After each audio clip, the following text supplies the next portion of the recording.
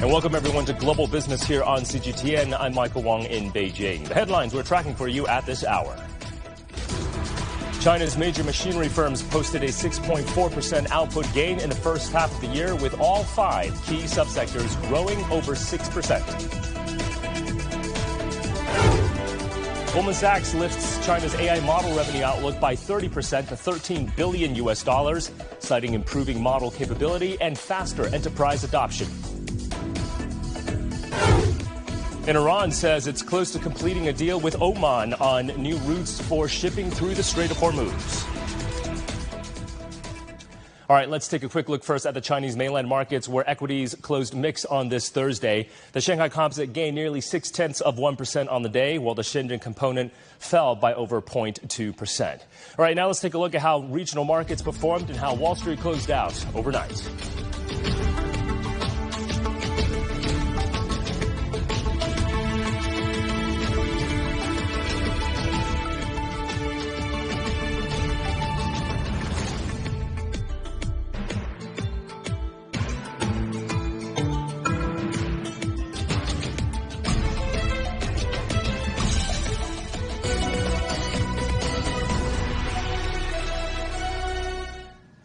Well, first up, China's large-scale machinery enterprises saw their added value growing by 6.4% year-on-year in the first half of 2026. That's according to data released Thursday by the China Machinery Industry Federation.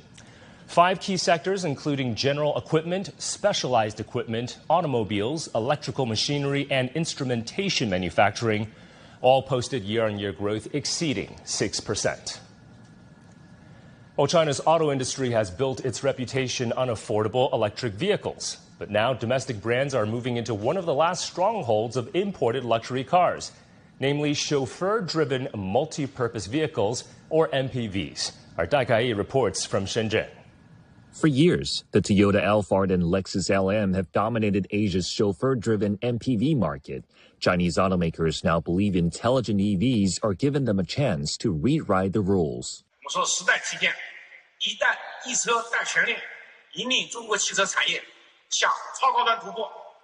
Huawei-backed Maestro has launched its first million-yuan multi-purpose vehicle V800, the first ultra-luxury MPV priced in the million-yuan segment.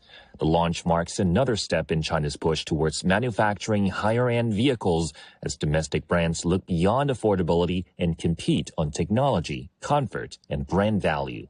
The trend has been building for some time. At this year's Beijing Auto Show, brands including Zeekr, GAC, and Huawei-backed Stelato unveiled premium MPVs, mostly priced between 300,000 and 600,000 yuan. The Maestro V800 goes a step further, targeting buyers traditionally drawn to imported executive models. The move signals that Chinese automakers are now trying to complete their product portfolios.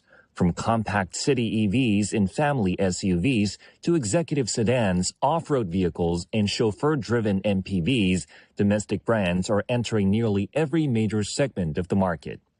The shift is backed by one of the world's most complete EV supply chains. Here in the Greater Bay Area, vehicle manufacturers work alongside battery makers, autonomous driving developers, LiDAR suppliers, and automotive electronics companies, allowing new technologies to move from R&D into production much faster. But building a premium brand requires far more than technology, and how automakers earn long-term consumer trust remains the bigger challenge. 戴凯 CGTN 深圳广东 Province.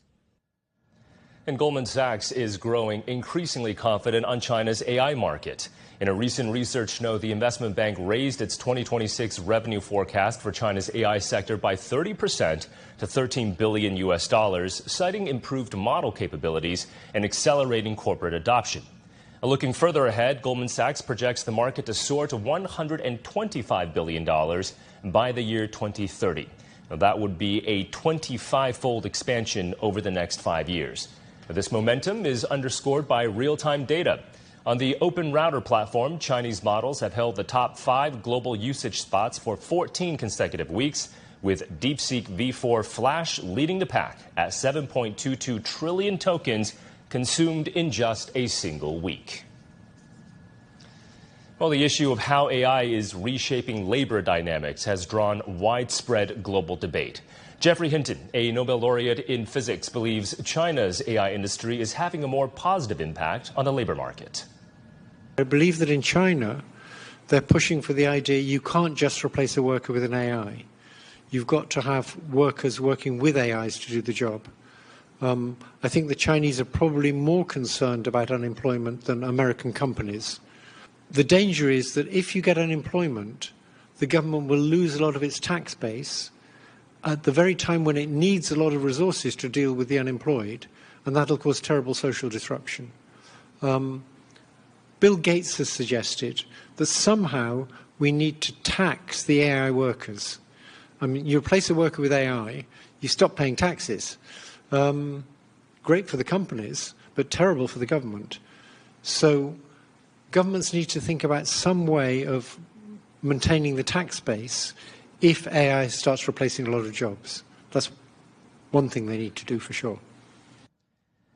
Well, as China's population continues to age, the silver economy is also evolving, with technologies like AI opening up new possibilities.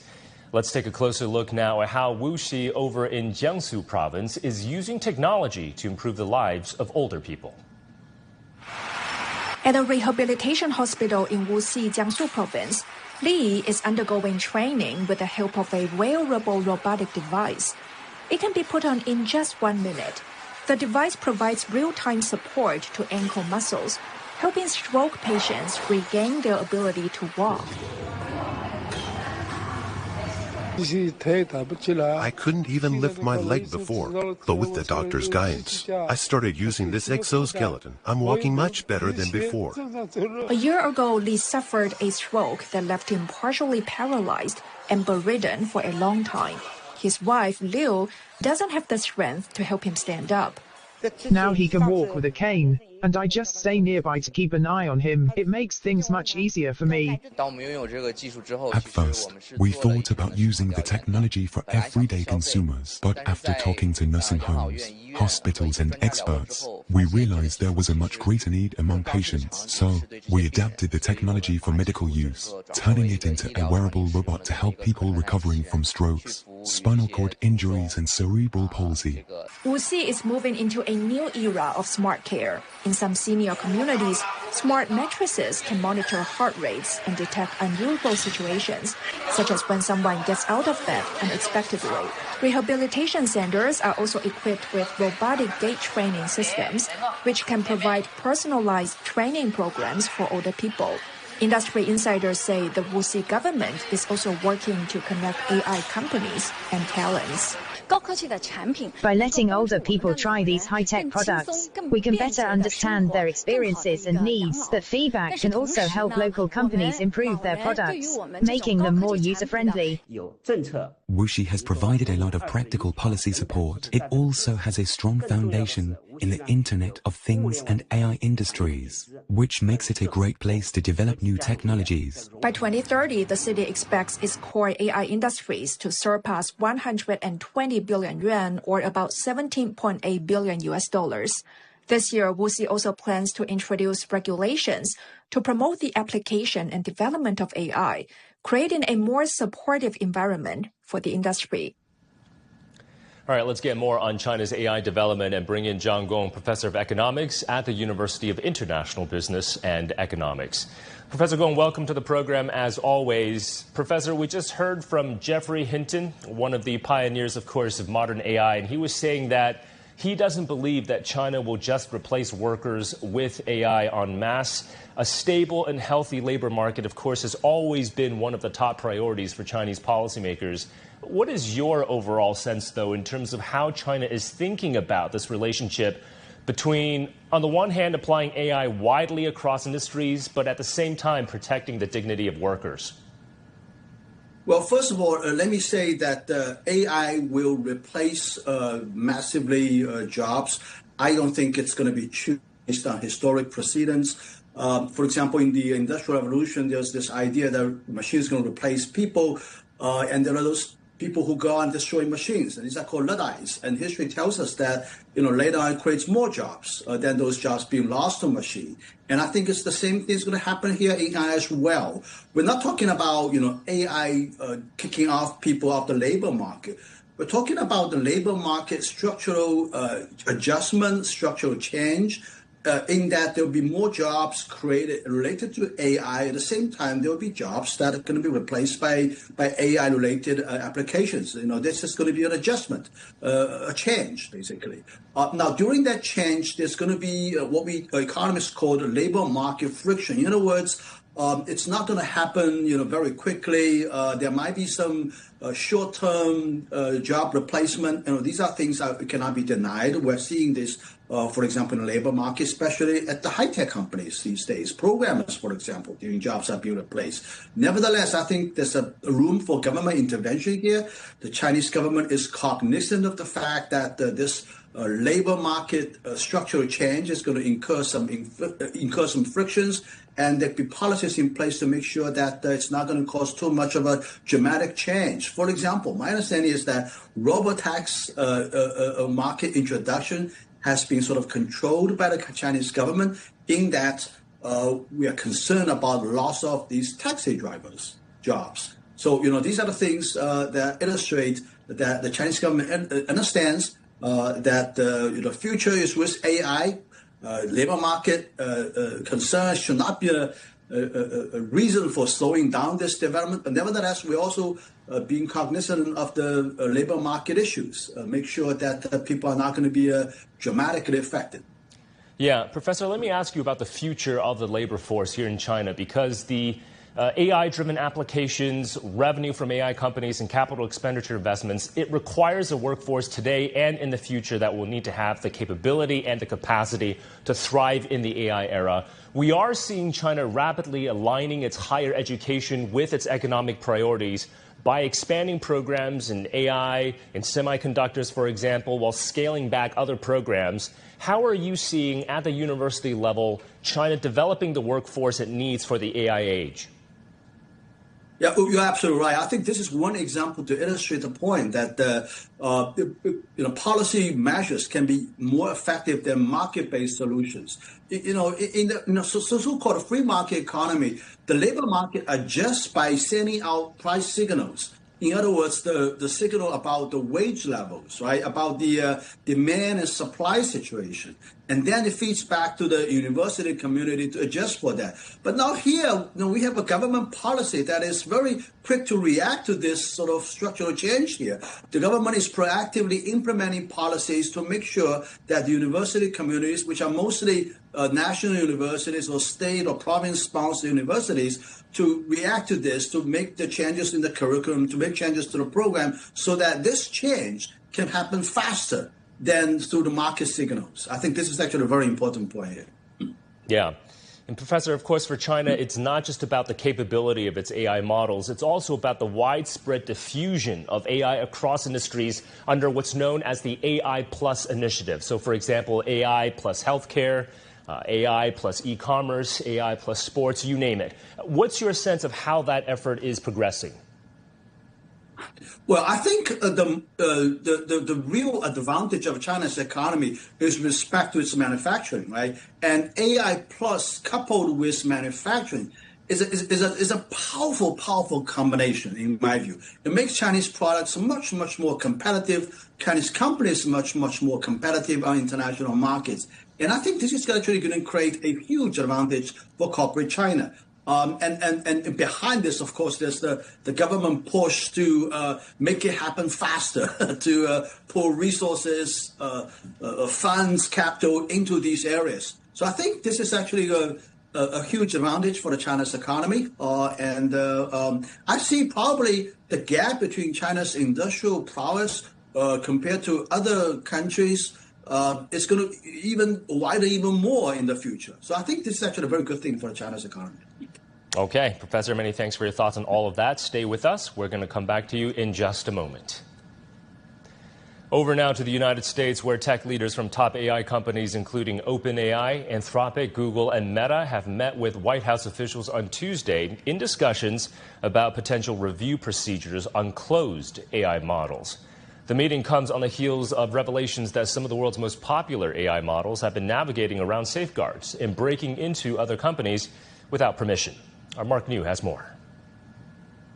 About a week after OpenAI announced its autonomous agents had escaped containment, Anthropic admitted that its AI model Claude had gained unauthorized access to 3 different organizations. The agent did, honestly, what you would expect an agent to do.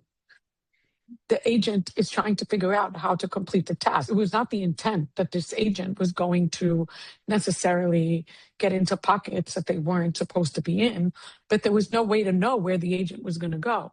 In all 3 incidents, Claude was tasked with a fictional scenario: retrieve a piece of secret information hidden on a different machine on the network. Despite Claude being told that its environment was a simulation with no access to the internet, a misunderstanding led the model to search on the open internet and treat it as if it were part of the exercise. When you're talking to AI, imagine you're talking to a really smart alien. Don't imagine that you're talking to a really smart human.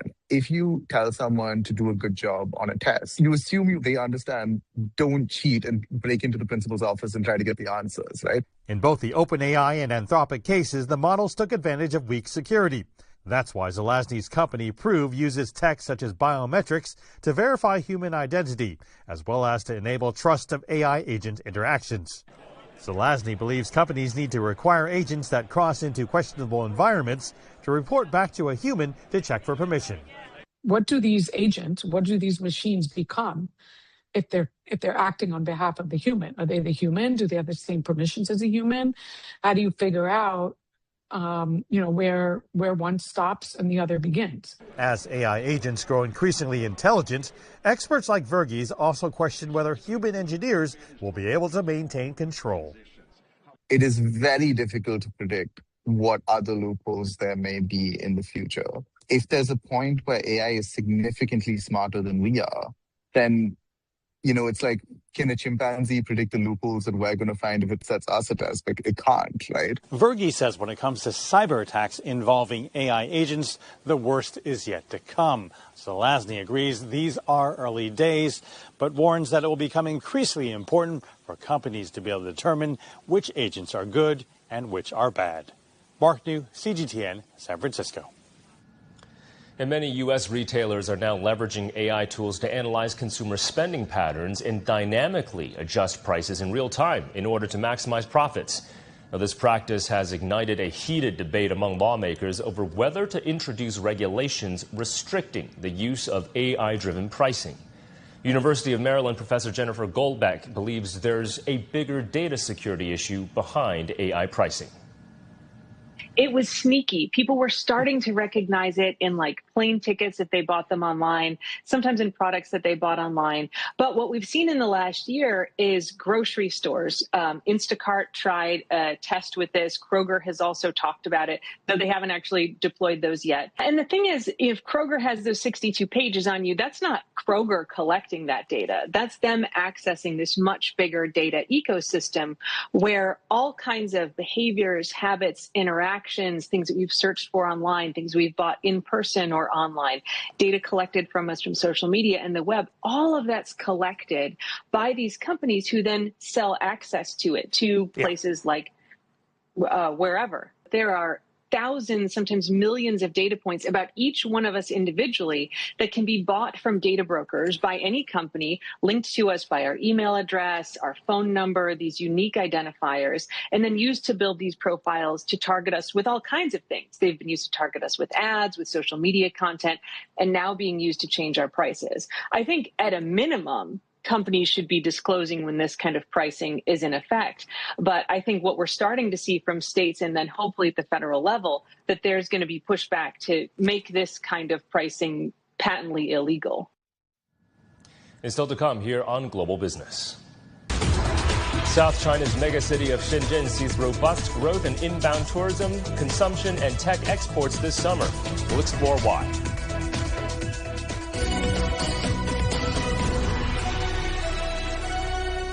The world economy as we know it is about to change. Global business reports highlight emerging markets, developing countries, and dynamic sectors worldwide. We feature top analysts and newsmakers to provide perspectives on every facet of business. From an on-the-ground perspective, we provide you with balanced and objective assessments. Fast, sharp, and insightful. Global business. Only on CGTN.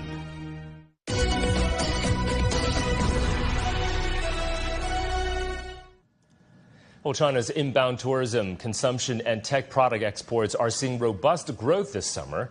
In southern China's Shenzhen, the number of foreign arrivals from the international airport rose over 24% from a year ago to 69,000 since the beginning of summer in June. Optimized payment channels and streamlined tax refund policies have all enhanced their shopping experience. A major shopping destination in Shenzhen is Huaqiangbei Electronics Market, which is now in the peak of business this summer, with strong demand for AI hardware, smart toys, and devices. This is a major electronic hub in the world. So as you know, you can find whatever you want. So I bought RV glasses, smart glasses, so many stuff here. So it's amazing. I am a business here. I want to check what do you have in your product. I bring it into my country. We are seeing a 30% increase in the number of children visiting this summer. Our best-selling product this summer is this model, the AI Duduo Miao. It supports 67 languages and is exported to over 200 countries. It has only been on the market for just over 10 days, but already seen daily order volume ranged from several hundred up to 20,000. The Huaqiangbei Electronics Market has seen a sharp surge in global sales of AI products, which now account for over 60% of all electronic sales this year. Data shows sales of AI products there have jumped by more than 55% and have attracted nearly 8,000 daily visits from foreign buyers. Sales of AI glasses have doubled, while drone and robot sales experienced growth of up to 70%. Along with China's opening up policies, hashtag China Maxing or hashtag Becoming Chinese has been trending on social media globally this year. And that has in return further boosted inbound tourism for China, leading to a 30% jump in visa-free entries in the first 6 months, with the number surpassing 17.8 million. Now, we spoke to some of the foreign tourists here in Beijing to learn more about what's top on their agenda.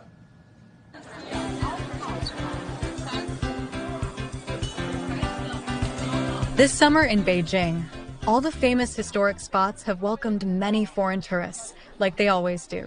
It's my second time.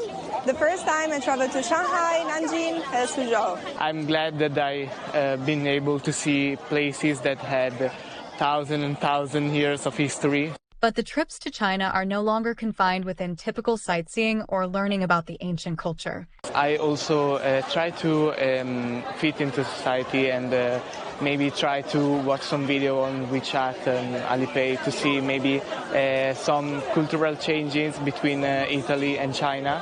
There you go. It's more about the Chinese people's modern lifestyle. I'd like drink bubble tea like Chinese people. And we've seen people in the past, doing Tai Chi, dancing as well, and also doing karaoke in the park in the evening, and we love it. Using mobile payments. I wasn't used to it in Spain, now I'm a master. For a full-on experience of modern China, it's not just how you pay, but also what you buy. We got a fan. Umbrella, different umbrella with designs, magnets. We saw yesterday in another mall, like they had these traditional clothes, but in a modern style. They were really beautiful. There's some headphones I was seeing that I wanted to buy, and the clips here in your ears and their headphones. I thought those were really cool. Some of the foreigners we talked to in Beijing have plans to fly to Guangdong for their next destination.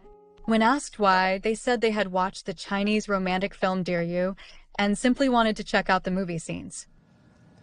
Now, besides traditional shopping centers featuring big brands and flagship stores, foreign tourists and local consumers here in Beijing are also finding some new places to hang out and shop, venues that have faded from the spotlight but now reinvented. Our reporter Sun Shangyi explores a decades-old commercial landmark that has taken on a new vibe. After first stop is this 3,000 square meter vintage marketplace tucked away in the Friendship Store shopping mall. From second-hand luxury handbags and jewelry to digital gadgets and designer toys, you can find it all here. The idea of circular economy resonates with young consumers' changing consumption concepts, turning this place into a major crowd puller. This is actually my first time here, but I think I'll definitely come back. For young people, I think secondhand shopping is not only cost-effective, but also a more eco-friendly choice. But shopping is definitely not the only experience you'll find here. This refreshing garden-style commercial space brings together a variety of new consumer experiences, from trendy restaurants and coffee houses to used hostels and pet-friendly spaces. One thing I like about this place is that it's pet-friendly. If you bring your dog here, both you and your pet can have a good time. Another thing is the atmosphere. It's very relaxing. There aren't many places like this in Beijing. Wandering here, it's hard to believe this was once a very different place. Established in 1964, Beijing Friendship Store was a landmark state-run retailer known for selling imported goods. A major revamp has now given this historic complex a new life. We redeveloped the old state-owned enterprise's unused spaces, including warehouses, the canteen and changing rooms, into a new commercial space. We introduced a range of independent brands and names favored by younger consumers. Among the 31 brands brought in during the renovation, 26 opened their first store in the city or region, or their flagship store here. Before the transformation, the store attracted only a few hundred visitors a day. In 2026, that number jumped to over 7,000 on weekdays and around 13,000 on weekends. And the place is also becoming a new draw for foreign travelers in Beijing. It's so cool. It looks so. These 20 meters was amazing. Yeah, we don't know where to go first. It's great. The Friendship Store is very well known. So my friend who's lived here for 30 years introduced us to it. We just come and hang out. Not far away from the Friendship Store stands another once iconic shopping mall that was a household name in Beijing. At its peak, Landau Mall was among the city's top 3 most popular shopping destinations. But as consumer preferences shifted, like many traditional department stores, its outdated model, aging facilities, and limited experiences struggled to attract younger shoppers, leading to declining foot traffic. After more than 3 decades in business, the mall closed for a major makeover in June this year. It is set to return in 2028 as its global hub for IP launches in esports, sports, and film. The rise and decline of shopping malls reflect the evolution of China's consumer landscape. Friendship Store's revival is part of a broader shift among malls across China, as they embrace trends like first-store economy, experience-driven consumption, and the nighttime economy, transforming into lifestyle destinations beyond shopping. Sun Shangyi, CGTN, Beijing. All right, let's get more on China's summer consumption trends and bring back Professor Zhang Gong from the University of International Business and Economics. Professor Gong, so our Sun Shangyi was just talking about experience-driven consumption, which is dominated, of course, by the services sector. China's consumption growth, if we look at the numbers, is increasingly being driven by services rather than just traditional goods. Where do you see the biggest opportunities for international companies as Chinese consumers demand more high-quality services? Well, we actually, experiencing and witnessing ourselves the transformation of the shopping malls. These days, as your program reported, the shopping malls are no longer just for shopping. I mean, these are like recreational center, community centers in a sense. And people go there, the whole family goes there, spend a good Saturday afternoon. The kids doing their own thing, the parents doing their own things. It's more like a sort of experience, more or less. So I think this is in response to the relentless progress of online shopping. I mean, the shopping malls can't compete with online platforms, in terms of just selling apparel, for example. Typical mall, in old days, you go to the mall, the first floor is going to be selling cosmetics and shoes. Second floor, women's apparel. Third floor, women's apparel. Fourth floor, men's apparel. Things like that. I think it's going to be changing very, very rapidly. It's already been changing rapidly. So I think this is the future. And I think in answering your question, what are opportunities for companies, and especially international companies? I think it depends on their products. I mean, I think there could be a lot of opportunities for companies selling services, selling experience products. In our economics jargon, experience goods, for example. These are the things that consumers are looking for in a physical brick and mortar shopping. It's buying things. It's experiencing a very special kind of experience, and also I think more importantly to spend and having some good time. I think this is really the essence of a quote shopping mall these days, and the industry, the shopping mall companies are reacting to this very, very rapidly. Yeah. Well, Professor, I think you'll also have a good time if you can find a pretty cool place to chill out in the summer, because we are seeing extreme heat, of course, around the world this summer, and Chinese consumers are heading toward cooler destinations this summer as well. That is a growing trend. We're seeing growing interest when it comes to mountain resorts, rural tourism, wellness retreats. How do you see the investment potential of climate tourism here in China, not only as a way to attract domestic travelers, but also visitors from around the world who are seeking relief from high heat? Well, I think there are places in China that are cool in the summer. For example, in Yunnan province, I actually have a condo over there. It's a good place to spend some heated summer days during the year. And also Hainan is a good place to stay. In the wintertime, there are plenty of places to go. And I think the attractiveness of China to international tourists is more than about these, historical and tourism spots anymore. I think there's a saying that China represents the future. What you're seeing in China is going to happen in your country in 20 to 30 years. So I think that's also another reason why a lot of international tourists are going to China. Coming to China, and it's also not a one-way traffic. I'm in Toledo, Spain right now. Actually, it's a good place to have a vacation. And I see more and more Chinese tourists going all around the world.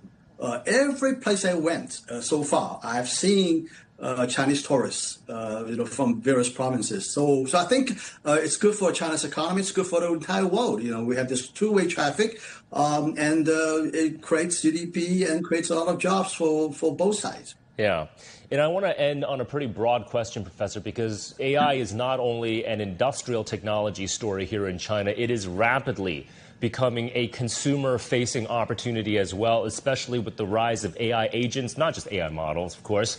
How do you see AI reshaping China's consumer market, and where do you see the most promising opportunities for companies developing AI-powered consumer products and services? Oh, this is a wonderful thing. I mean, I have experienced myself. Just give you one example. In old days, I have to, plan the route, what places to go. I just tell the AI today that I want to visit these 3 places. Tell me which is the shortest route, where to go first, where to go next, and gives me an answer in 1 second. I think this is a great example to illustrate the power of AI agent. And I think the Chinese products, consumer products, incorporating this kind of a capability is going to, exemplify. It's going to greatly, to amplify the utility and function of the products. So I think, as I said earlier, the combination of AI and China's industrial prowess, the great Chinese products, is going to make the products much, much more appealing, much, much more attractive, several times over.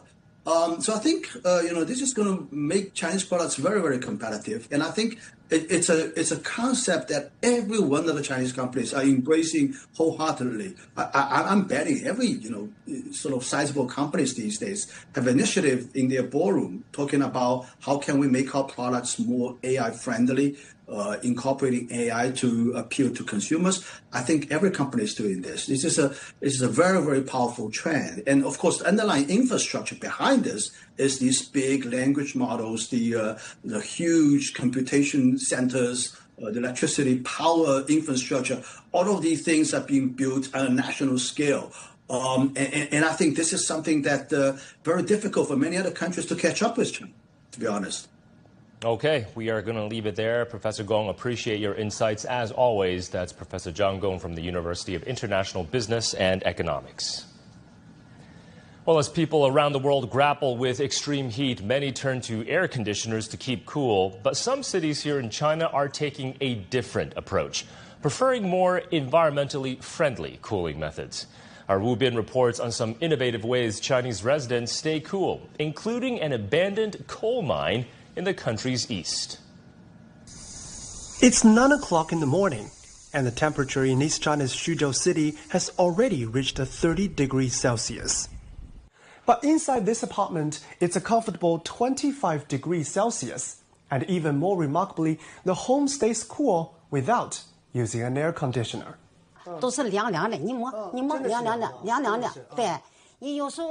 Qingmei, the owner of the house, told us the secret lies in pipes beneath the floor. The pipes are usually used for winter warmth, but this summer they have been filled with cold water, acting like a natural cooling mat across the entire home. The floor became dry and the room stays cool, and it's a gentle coolness, very comfortable. This natural chill comes from the abandoned coal mine nearby. After the mine closed, underground water settled at a constant 19 degrees Celsius. Engineers pumped this water to nearby heat exchange station, distributing it through the community's original heating pipes to provide radiant cooling. By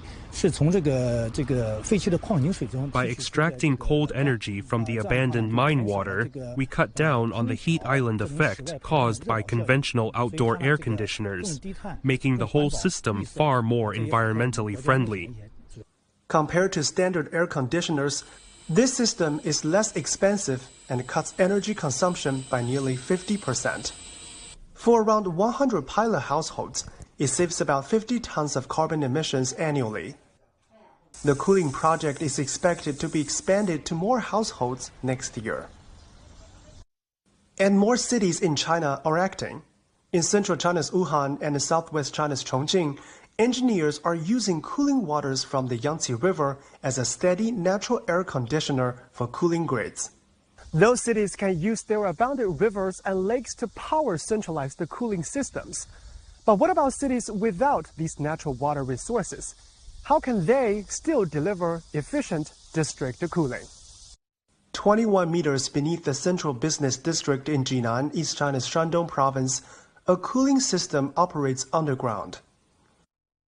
Giant machines freeze water during nighttime and then send chilled water at around 10 degrees Celsius through pipelines during daytime peak. Right below us is an ice storage tank of 3,750 cubic meters, about the size of 1.5 standard swimming pools. The stored cold energy released during the day covers roughly 10 to 20% of our district's daily cooling demand.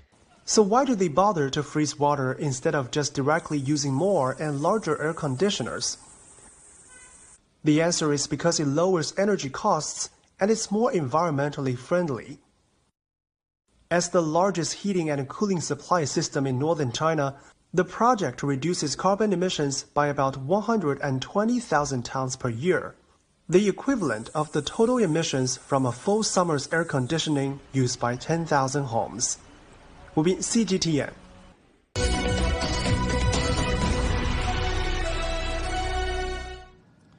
All right, turning now to the Middle East, where Iran says an agreement with Oman on new arrangements for commercial shipping through the Strait of Hormuz is close to being finalized. The deal is seen as giving Tehran control of the strait, which the U.S. has repeatedly rejected.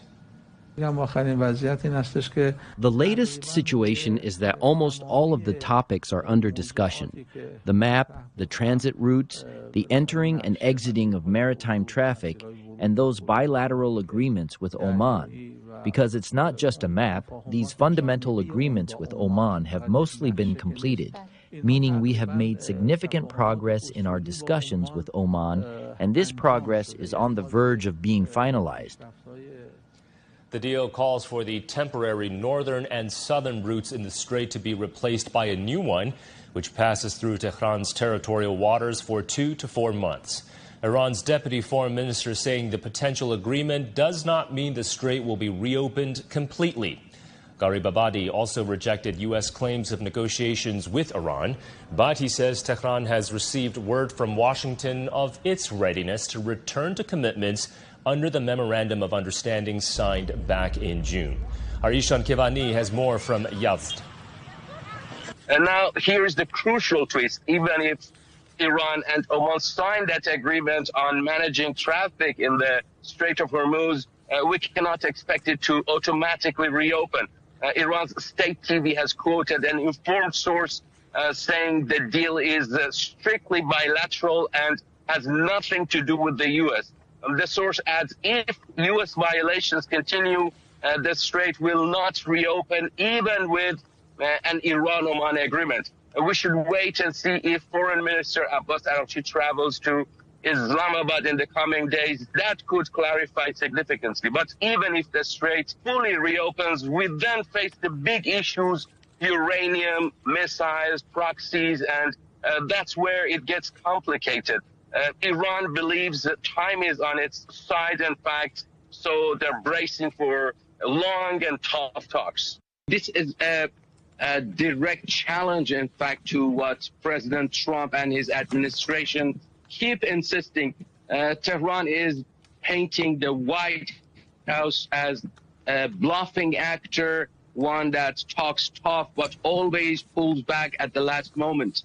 U.S. officials have repeatedly threatened massive strikes on Iran, and to walk those back, they have mentioned mediation or pressure from Arab states in the region. Iran's reading is clear. They see it as weakness, so they're projecting total defiance, signaling these threats don't scare them.